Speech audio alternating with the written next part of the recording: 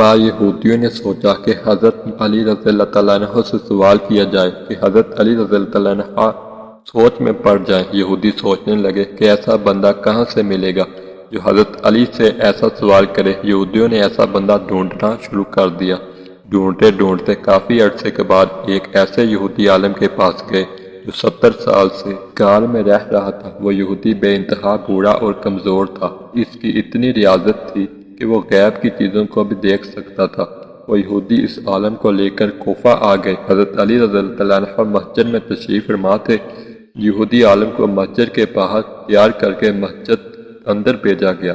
یہودی عالم جب مسجد کے اندر داخل ہوا تو سامنے حضرت علی رضی اللہ عنہ منبر پر تشریف فرما تھے۔ اپنے علی رضی اللہ عنہ میں جانتا ہوں تم کوفہ کے لوگوں سے سوال کرتے ہو، مجھ سے سوال کر کے دیکھو، میں آپ رضی اللہ تعالیٰ عنہ کو جواب دوں گا۔ آپ حضرت علی رضی اللہ تعالیٰ عنہ نے کہا کہ اکیلا تو ہی جواب دے گا یا تجھے لے کر آئے ہیں وہ بھی تمہارا ساتھ دیں گے؟ یہودی عالم کہنے لگا اے علی رضی اللہ تعالیٰ عنہ تم میرا مقابلہ کر، مجھے اور کسی کی ضرورت نہیں، آپ سوال کرو میں جواب دوں گا۔ مسجد میں موجود لوگوں نے حضرت علی رضی اللہ تعالیٰ عنہ سے عرض کیا اے علی آپ سوال کریں۔ آپ امیر المؤمنین حضرت علی رضی اللہ تعالیٰ عنہ کے سامنے یہودی کھڑا تھا۔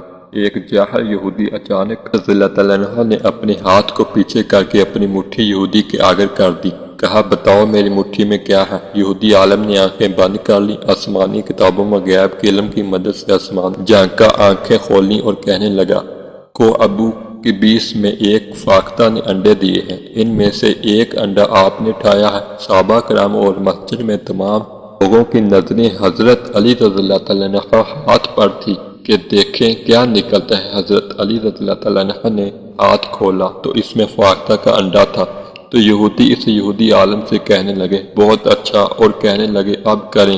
علی رضی اللہ تعالیٰ عنہ سوال اچانک بس سے نیچے اترے اور کہنے لگے آج تک کسی ماں نے ایسا بیٹا جنا ہی نہیں علی رضی اللہ تعالیٰ عنہ کا مقابلہ کر سکے۔ حضرت علی رضی اللہ تعالیٰ عنہ نے وہی انڈا یہودی عالم کے ہاتھ پر رکھ دیا اور فرمایا کہ لے اسے وہیں رکھ کر دکھا جہاں سے میں نے اسے اٹھایا ہے۔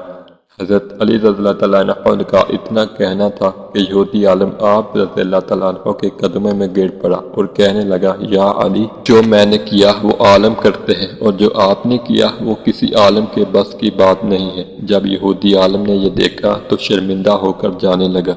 تو حضرت علی رضی اللہ تعالیٰ عنہ نے فرمایا اگر اب تو یہاں آ ہی گیا ہے تو مجھے کچھ بتا کے جا۔ یہودی سر جھکا کر کھڑا ہو گیا۔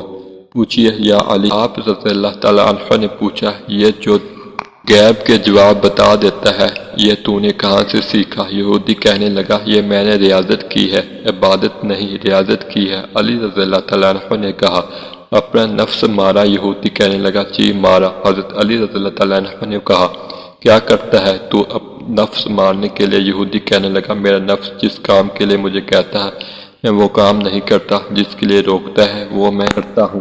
کلمہ نہ پڑھتے ہوئے بھی میں ریاضت کے اس مقام پر پہنچ گیا ہوں کہ میں غیب کی چیزوں سے واقف ہو گیا ہوں۔